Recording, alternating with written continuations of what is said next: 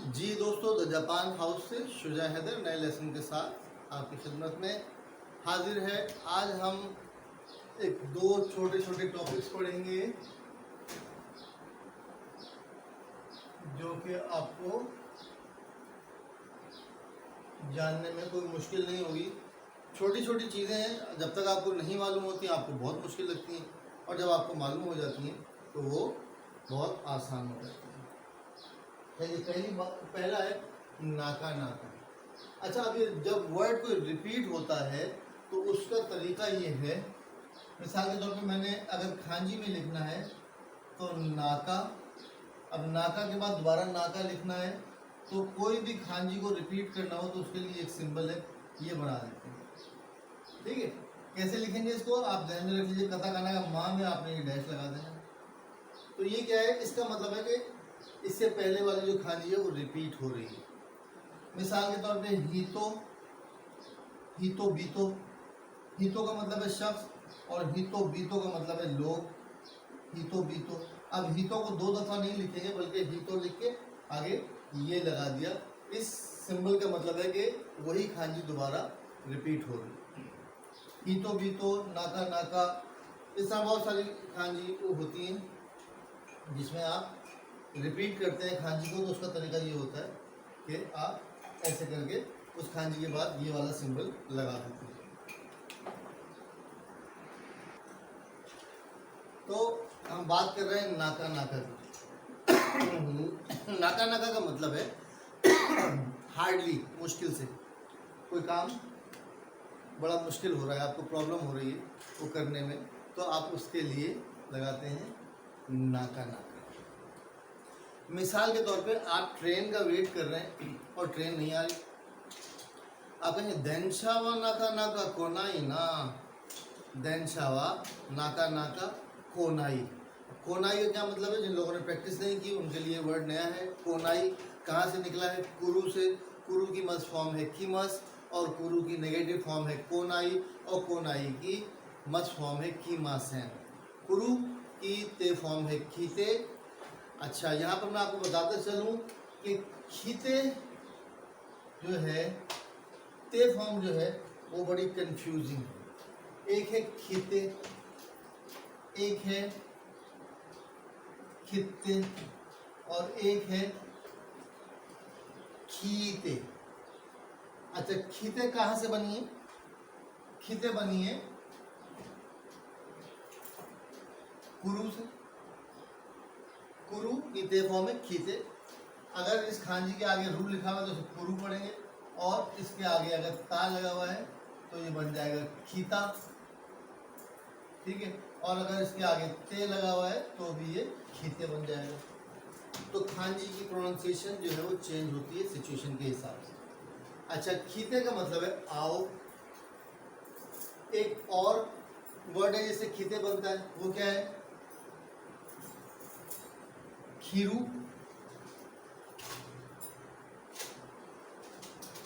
खीरू भी दो तरह के होते हैं। एक खीरू है पहनना, वताशी वा शात्सु खीरू।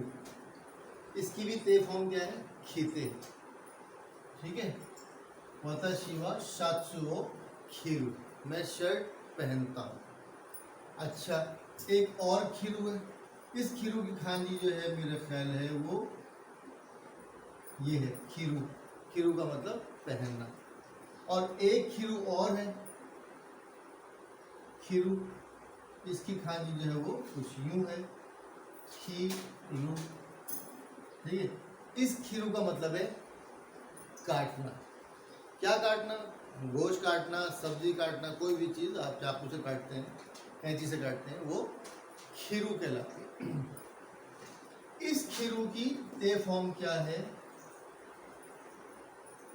खित्ते। क्योंकि ये खीरू जो है, काटने वाला खीरू जो है, ये स्वारू पैटर्न का वर्ब है, और स्वारू पैटर्न के वर्ब की मस फॉर्म क्या बनती है? स्वारी मस। तो खीरू की मस फॉर्म क्या हो जाएगी? खीरी मस।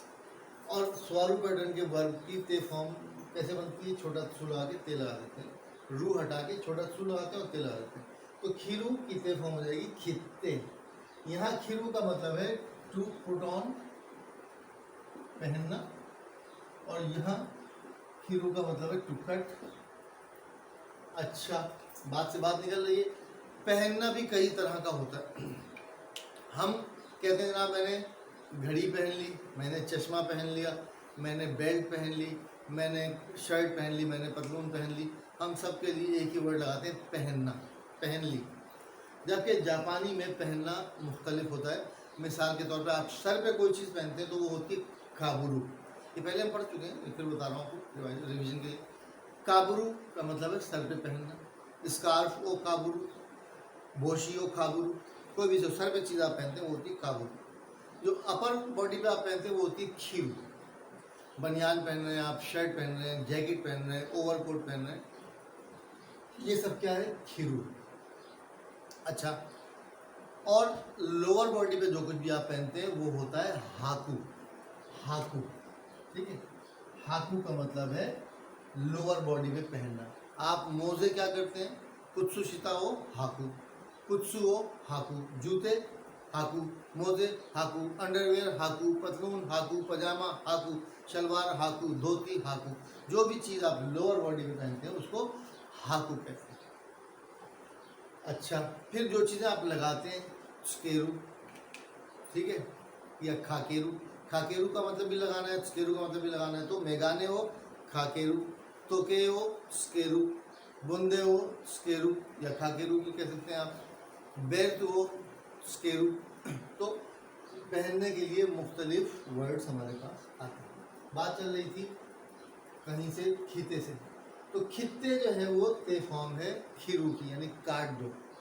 खीते का मतलब आओ या पहनो, और खीते बना है खीकू से। खीते बना है किससे? खीकू से। खीकू का मतलब है सुनना, ठीक है। खीकू की खांजी भी मैं लिख देता हूँ, खांजी से आपको थोड़ा सा समझ में आ जाएगा। खीकू की खांजी है, ये किसकी खांजी है? मिमी की, ठीक है। ये चाइनीज वर्ड है, बेसिकली चाइनीज में इसको अर्दो कहते हैं। अर्दो मतलब कान, ये मिमी कहते हैं जापानीज में। मिमी का मतलब है कान, ठीक है। अब ये किसकी खांजी है? जो लोग खांजी रेगुलरली पढ़ रहे हैं उनके लिए क्या है? मौन की खांजी है। मौन का मतलब गेट।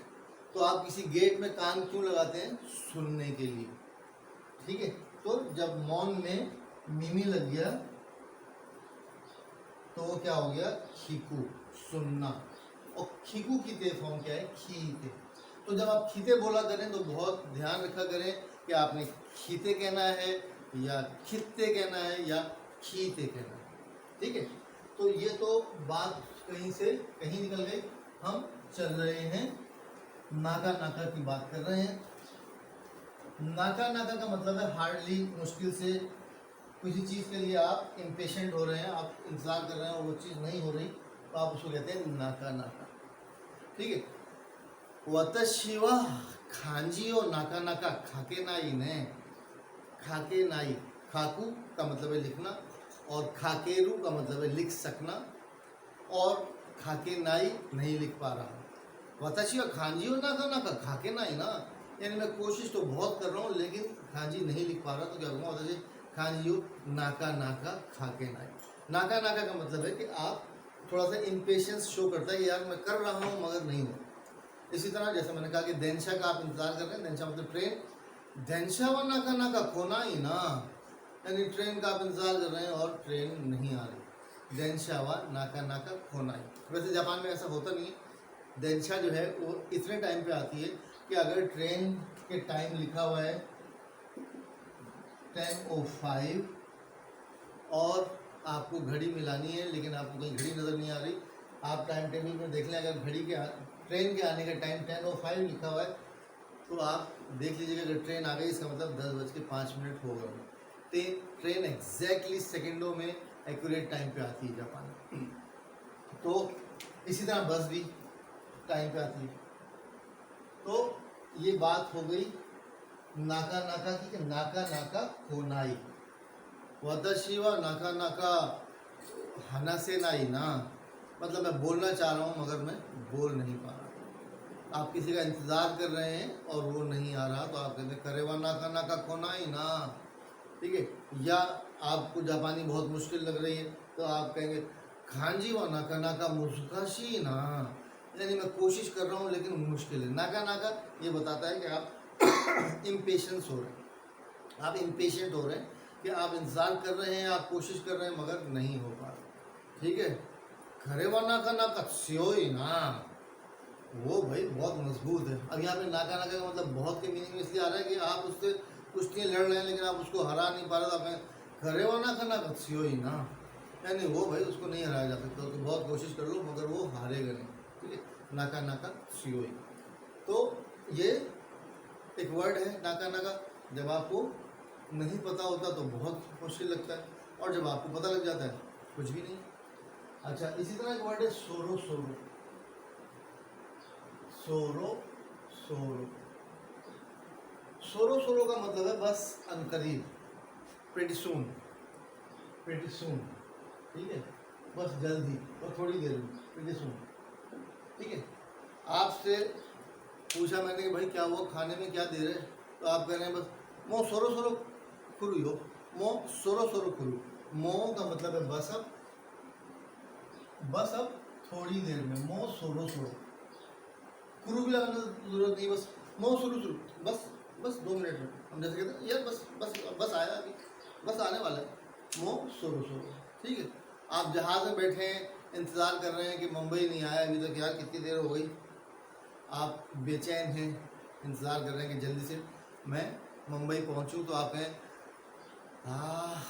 मुंबई व मादा, मुंबई व नाका नाका खोना ही ना, यानी मुंबई अभी तक आ नहीं रहा ना। तो दूसरा आपका पार्टनर कहता है मो सोरो सोरो नो हानाशी दयो, मो सोरो सोरो नो कोतो दयो, मो सोरो सोरो नो कोतो दा। दा किसकी रफ फॉर्म है, दिस की रफ फॉर्म है। ये मैं आपको आम जिस तरह जापानी बोलता है वो लहजा बता रहा हूँ। प्रॉपर ये है मो सोरो सोरो नो कोतो दिस, दिस की रफ फॉर्म है दा। दा और यो लगाते हैं मर्द आमतौर पर जुमले के बाद, इसका कोई मतलब नहीं तो वैसे लगा दें। मो सोरो सोरो नो कोतो दयो, बस थोड़ी देर की बात है। कोतो का मतलब बात, मामला, चीज़। मो सोरो सोरो नो कोतो दयो, बस थोड़ी सी देर की बात है। या मो सोरो सोरो त्सुकिमास हो, बस थोड़ी देर में पहुँचेंगे, यानी थोड़ी देर में पहुँचने वाले। या खाली इतना भी कह सकते हैं मो सोरो सोरो, मो सोरो सोरो, बस थोड़ी देर में। ठीक है। तो सोरो सोरो का मतलब भी जब आपको पता चल गया तो बहुत आसान है, नहीं पता तो बहुत मुश्किल है, पता नहीं क्या कह रहा है यार सोरो सोरो। लैंग्वेज में अल्फाज जो हैं जब तक आपको नहीं पता होते तो आप कुछ भी इमेजिन कर सकते हैं।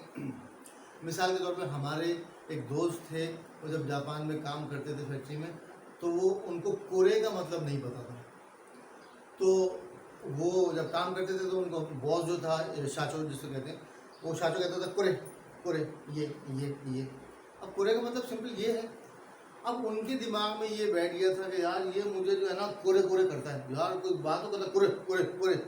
ऐसा लगता है कुत्ते को जो है ना, जैसे कुत्ते को कहता है कोरे कोरे, मुझे लगता है मैं कुत्ता हूँ, ये मुझे कुत्ते की तरह ट्रीट करता है, कोरे कोरे कोरे कहता है। हालांकि वो बेचारा जो है वो सिंपली ये कह रहा है कि क्या नाम है, ये चीज़, और आप समझ रहे हैं कि मुझे कुत्ते की तरह ट्रीट कर रहे हैं। तो जब तक आपको लैंग्वेज नहीं आती तो आप कंफ्यूज रहते हैं। इसी तरह मुझे याद है कि एक जापानी जो था वो पत्थर से, इस तरह हम एक पहाड़ी इलाके में घूम रहे थे, तो एक जापानी जो था वो इधर से इधर एक पत्थर से दूसरे पत्थर की तरफ आना चाह रहा था।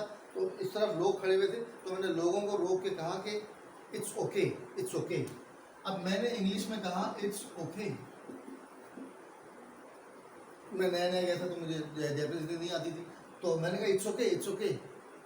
वो क्या समझा, वो ये समझा कि मैं कह रहा हूँ इसोगे, इसोगे, इसोगे। इसोगे जो है, इसोगु का मतलब है जल्दी करना, इसोगु का मतलब है जल्दी करना। तो इसोगे, वैसे लोग किसी से कहूँगा जल्दी करो तो मैं कहूँगा इसोई दे। गु पे खत्म होने वाले वर्ड की ते फॉर्म कैसे बनती है, गु हटा के ईदे लगा देते हैं तो इसोई दे हो जाता है। लेकिन जब किसी को रफ लहजे में बोलना होता है जल्दी कर जल्दी कर, तो क्या कहते हैं इसोगे, इसोगे। अब मैं कह रहा हूँ इट्स ओके और वो समझ रहा है इसोगे, तो उसने बड़बड़ा के कुछ कहा। उस वक्त तक मुझे जैपनीज़ नहीं आती थी, मुझे पता नहीं चला कि वो क्या कह रहा है। उसको बुरा लगा कि भाई क्या मुझे जल्दी जल्दी करने को कह रहा है यार, देख रहा है वहाँ पे लोग आ रहे हैं। अब मैंने लोगों को रोका हुआ है, मैं कह रहा हूँ तू जल्दी से आ जा, तो मैं कह रहा हूँ इट्स ओके। अब मैं कह रहा हूँ इट्स ओके और वो समझ रहा है इट्स ओके, तो वो मुझे बुरा समझ रहा है कि मैं उसको धुतकार के कह रहा हूँ कि आजा, चल आजा। तो ये होता है कल्चरल शॉक। जब आपको लैंग्वेज नहीं आती तो आप कुछ भी इमेजिन कर लेते हैं कि सामने वाला मुझे ये कह रहा है। तो नॉलेज इज़ पावर, जैसे कि मैं कहता रहता हूँ कि जब आपको पता चल जाता है तो सब कुछ आसान हो जाता है। तो आज इस लेसन को यहीं पे ख़त्म करते हैं। कोई बात समझ में ना आए तो कमेंट्स कर सकते हैं, मुझसे कांटेक्ट कर सकते हैं, संपर्क कर सकते हैं। बाकी मेरे लिए दुआ कीजिए, मेहनत कीजिए। आरिगातो गोजाइमास।